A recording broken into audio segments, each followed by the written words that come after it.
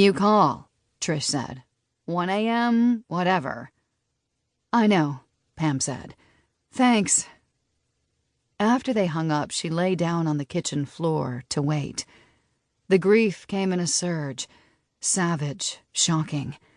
She cried hard for a few minutes, then she wiped her eyes, got up, and went back to folding clothes. Brian had died 6 months earlier of a massive coronary.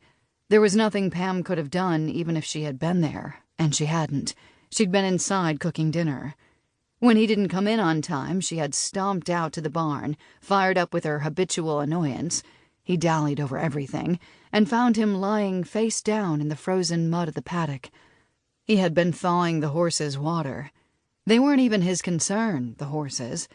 He was a lawyer, not a farmer. He didn't even like to ride. Yet he would do such a thing, to help her out, to revel in the crazy, animal-filled circus that was his home life. He had loved all of that.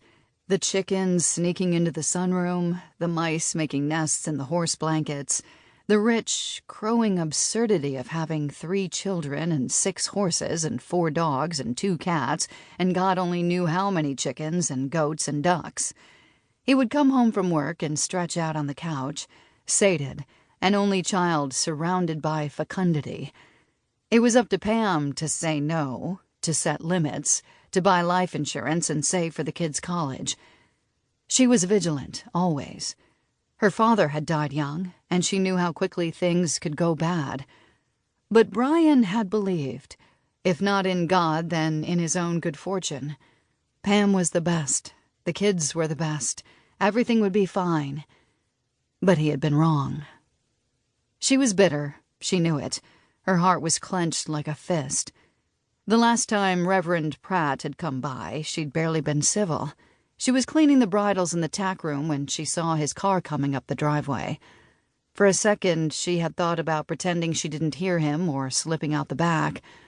But she stayed where she was. She answered his call and waited while he followed her voice to the tack room. The proper thing would have been to take him up to the house and make him some coffee, but she didn't. She offered him a hay bale to sit on and went on with her work. "Thank you, Pamela," he said, lowering himself gingerly onto the prickly surface. She and the kids hadn't been to church since the funeral. That was what he'd talked about on his previous visit. He thought the children needed the continuity, but this time he didn't mention church. Instead, he talked of God's mercy. "God's plan is something we just can't know," he said in his wavering old man's voice. He went on. He knew how hard it was. God knew how hard it was. Hadn't he given his only son? "We just have to trust in his mercy," he said. Pam scraped her fingernail along the bridle's dirty stitching and turned her hand over to study the brownish-green gunk that had balled up under her nail. He wanted to talk about God? Fine, let him talk.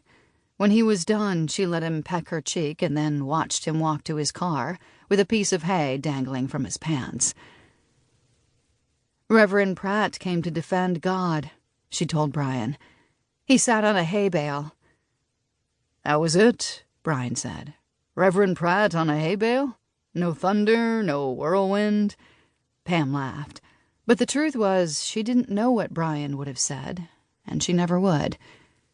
Staring at the empty square of gravel where Reverend Pratt's car had been, she suddenly knew she couldn't make it through another minute. But she did, of course. She made it, and made it, and made it. Pam finished folding the laundry and put the basket at the base of the stairs so she would remember to bring it up. She glanced at the clock as she pulled on her boots. Trish was right. It was late, but Pam liked the evening barn work. The solitude and quiet were soothing after the hectic pace of the day. She shoved the plastic baby monitor in her back pocket and went out into the fragrant June dark. She breathed in the exhalation of the cooling earth.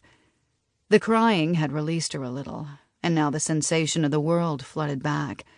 The scent of the linden tree, the damp air lifting the tiny hairs on her arms. She let herself stop inside the barn door to listen to the horses eating hay in their